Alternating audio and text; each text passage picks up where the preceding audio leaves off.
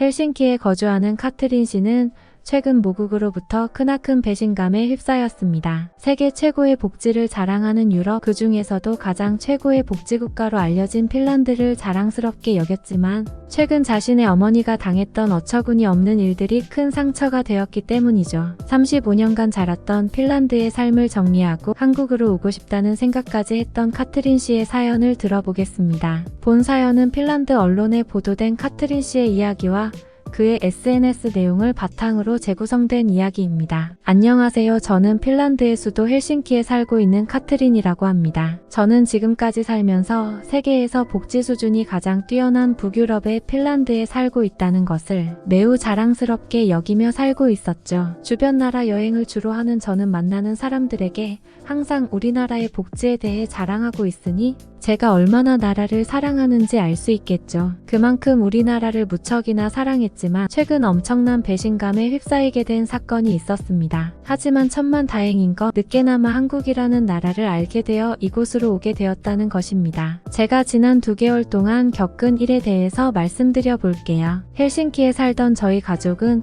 최근 어머니의 생일을 맞아 포우얀마라는 북쪽에 있는 도시로 여행을 떠났죠. 많은 분들이 알고 계신 것처럼 북유럽에서는 오로라를 관찰할 수 있는데요. 저와 동생을 훌륭하게 키워주신 어머니께 생일 선물로 오로라를 보여드리고 싶었기 때문에 일찍부터 준비하고 예약해서 기대를 많이 했던 여행이지요. 그러나 부모님과 행복한 시간을 보내고 싶었던 우리의 바람과 달리 어머니의 생신날에 우린 병원 신세를 져야만 했습니다. 포우얀마는 헬싱키로부터 120km 정도 떨어져 있어서 약 2시간 정도 차로 이동해야 하는 거리입니다. 먼 거리를 가는 만큼 준비를 많이 했지만 우리만 조심한다고 되는 것이 아니었습니다. 갑자기 옆 차선에서 달리던 트럭이 중심을 잃고 넘어졌고 그 자리는 아수라장이 되어버렸습니다. 트럭에 적재되어 있던 화물이 도로에 쏟아지면서 우리는 그것들을 피해야만 했습니다. 하지만 사고를 피할 수는 없었습니다. 자재가 너무 많았거든요. 결국 우리 가족은 모두 병원 신세를 져야만 했죠. 다행히 안전을 잘 체크하고 벨트를 착용하고 있었기 때문에 큰 사고는 면했고 며칠 정도 입원해 있다가 모두 퇴원을 하게 되었습니다. 그런데 이때부터가 시작이었습니다. 갑자기 며칠 뒤부터 어머니의 상태가 이상했습니다. 자꾸 앞이 흐릿하게 보인다는 것이죠. 나이가 아직 70세가 안 되셨기 때문에 직감적으로 사고 때문이라는 생각이 들었습니다. 왜냐하면 지금까지 안경도 쓰지 않고 일상생활이 가능하셨고 친척들 모두가 눈이 좋았기 때문이죠. 그런데 갑자기 물건이 희미하게 보이신다는 말에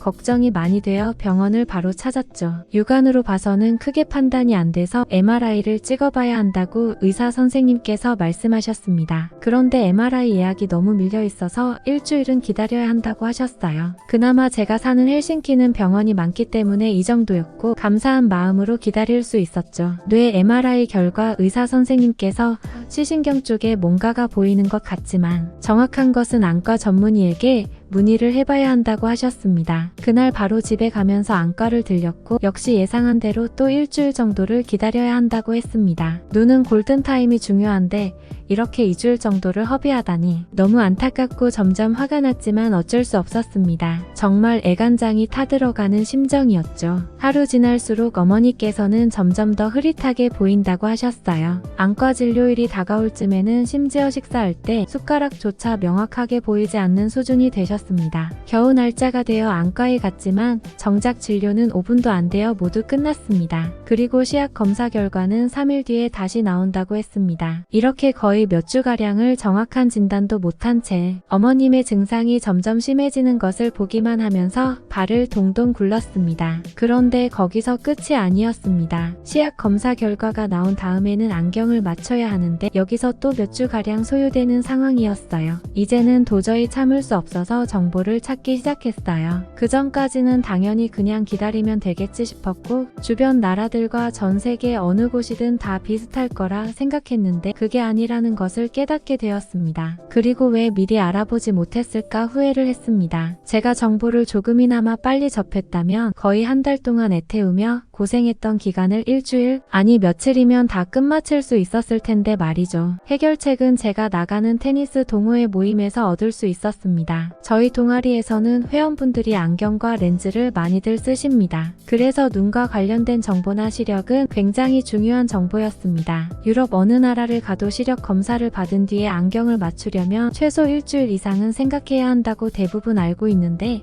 어떤 한 회원님께서 이렇게 말씀하시는 겁니다. 한국의 경우는 전혀 그렇게 오래 걸리지 않는다고 말이죠. 대략 1시간 정도면 안경을 맞출 수 있다고 했습니다. 저는 그 이야기를 듣고 처음에 헛웃음이 나왔습니다. 정말 말도 안 되는 소리를 한다고 생각했죠. 그렇게 흘려듣고 시력 검사 결과가 나왔다고 해서 어머님의 상태에 대해 듣기 위해 안과를 방문했죠. 의사 선생님께 들은 이야기는 충격적이었습니다. 저희 어머니는 교통사고 후유증으로 채찍질, 망막병증이 온 것이었습니다. 채찍질, 망막병증은 고개가 앞뒤로 흔들리면서 시신경이 채찍처럼 찢겨져 눈의 유리체가 망막을 순간적으로 잡아당겨서 나타나는 증상을 말하는데 그렇게 당겨진 눈의 황반부에 부종이 생기며 시력 저하가 시작된 것이었습니다. 대부분 수일 내에 증상이 심각해졌다가 가라앉는 증상이었지만 어머니 나이가 있었기 때문에 회복 시간이 조금 더 걸리고 증상이 다른 사람에 비해 심각했다는 것이라고 말했죠. 일단 안약을 넣으면서 시력이 돌아오길 기다려 보자고 했습니다. 워낙 진단하기 어렵고 대개는 수일 내에 정상 시력으로 돌아오기 때문에 증상을 호소하는 사람이 많지 않은 후유증이라고 걱정할 것 없다고 안심시켰습니다. 다행히 안약은 어느 정도 효과가 있었고 점차 일상생활도 회복이 되었죠. 하지만 한번 손상된 시력은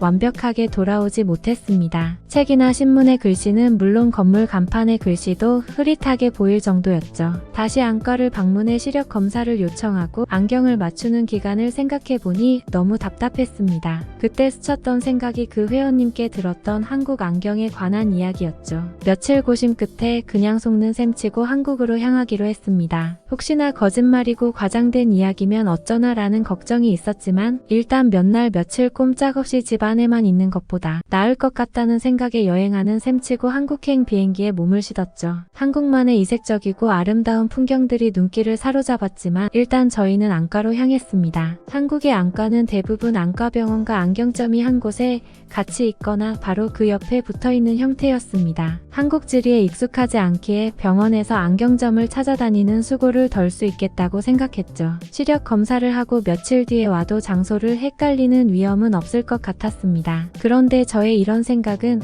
아무런 소용이 없었다는 사실을 병원 도착 5분 만에 깨달았죠. 안과 병원 데스크에서 어머니의 인적사항을 등록하고 첫 검사 날짜를 예약하려 했는데 1시간 이내로 지금 당장 가능하다는 것이었습니다. 정말 당황했습니다. 다른 환자 예약이 없으면 그럴 수도 있지라는 생각과 외국인이라 배려해주는 생각이 머릿속에 들었어요. 그렇게 궁금증만 가득 안고 검사실로 향했습니다. 의사는 어머니의 눈에 처음 보는 기계를 댔고 몇 가지 질문을 했죠. 유창한 영어로 질문을 해서 순간 미국인 줄 알았습니다. 그런 뒤 끝이 났다며 기계에서 종이를 한 장 뽑아주는데요. 그리고 앉은 자리에서 현재 어머니의 시력은 어떻고 망막의 상태는 어떻다 등등을 설명해주면서 더 자세한 설명은 진료실에서 이야기해주겠다고 했죠. 병원 입구부터 진료받고 검사 결과를 듣는 데까지 소요된 시간은 불과 1시간이었습니다. 핀란드에선 상상도 하지 못할 일이었죠. 어머니를 진료했던 의사는 현재 진단받았던 채찍질 망막 손상은 거의 호전되었으나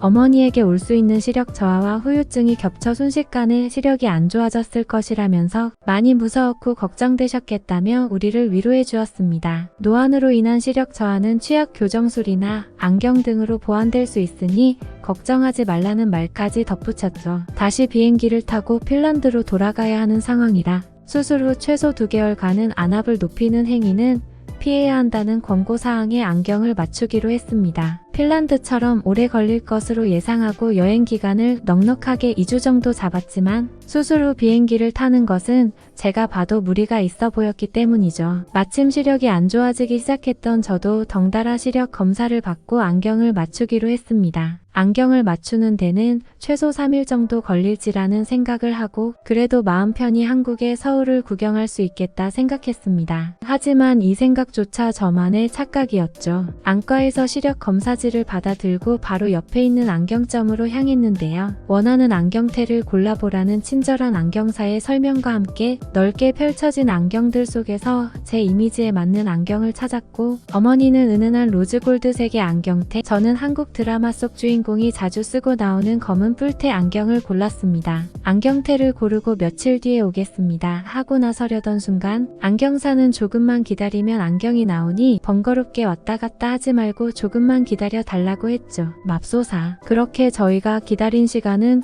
고작 1시간도 되지 않은 짧은 시간이었습니다. 시력 검사에서 안경이 완성되기까지 고작 1시간 남짓의 과정들 속에서 가장 많은 시간을 들었던 것은 안경테를 고르는 시간이었습니다. 정말 핀란드이었다면 이 과정을 근 한 달에 걸쳐서 최소 2번 이상은 왔다 갔다 했었을 것입니다. 한국의 놀라운 속도에 정말 입을 다물 수가 없었습니다. 정말이지 왜 빨리 한국을 찾지 않았나 후회가 됐습니다. 알고 보니 한국은 안과를 통하지 않더라도 안경점에 근무하는 안경사가 시력을 검사할 수 있는 자격을 갖추고 있어 안경점에서 시력 검사부터 안경까지 1시간 이내로 가능한 나라였죠. 한국 온 지 하루 만에 안경을 쓰고 몇 개월 만에 선명한 세상과 저의 얼굴을 본 어머니는 그만 눈물을 터뜨리고 말았습니다. 아마 내심 표현은 못하셨겠지만 갑자기 흐릿해진 눈 때문에 혹시 이대로 영원히 앞을 보지 못하게 되는 것은 아닐까 무서우셨을 것이라 생각됩니다. 그렇게 기쁨의 눈물을 흘리고 난 뒤 남은 일정을 모두 서울 구경하며 우리는 어머니 생신 때 병원에서만 있었던 시간을 보상받는 듯한 기분으로 재미있게 돌아다니며 한국의 먹과 맛에 취해버리게 되었죠. 한국에서의 일정을 마무리하고 핀란드행 비행기에 몸을 싣고 눈을 감으니 지난 몇 개월간의 암흑과도 같은 과정이 스쳐 지나갔습니다. 내가 왜 한국을 더 빨리 오지 않았을까 하는 후회가 밀려왔지만 늦게나마 어머니께 선명한 세상을 볼 수 있도록 해드려서 기뻤습니다. 그렇게 다시 돌아온 핀란드에서 우리 가족이 보지 못했던 오로라를 다시 보러 가기로 했습니다. 이번에는 자동차 말고 여행사를 통해 투어를 좀 더 안전하게 갔다 오려고 합니다. 저의 경험을 널리 알려 애타게 기다리는 것보다 한국으로 발걸음을 옮겨보는 것을 알려드리기 위해 다른 분들을 위하여 사연을 공개합니다. 앞으로 어머니와 선명한 세상을 마음껏 보러 다니며 행복한 추억을 많이 쌓을 생각입니다. 저희 사연을 접한 많은 분들도 희망을 놓치지 않으셨으면 하는 바람입니다. 감사합니다. 라고 사연을 보내오셨네요. 여러분들의 생각은 어떠신가요? 힘이 되는 응원의 메시지를 남겨주시면 사연자분에게 전달해 드리도록 하겠습니다. 저희는 실제 사연 제보를 받고 있습니다. 저희가 전달해 드리는 사연이 시청자분들의 하루에도 작은 힘이 될 수 있었으면 좋겠습니다. 구독과 좋아요 그리고 알람 설정은 영상 제작에 큰 힘이 됩니다. 오늘도 좋은 하루 되세요. 감사합니다.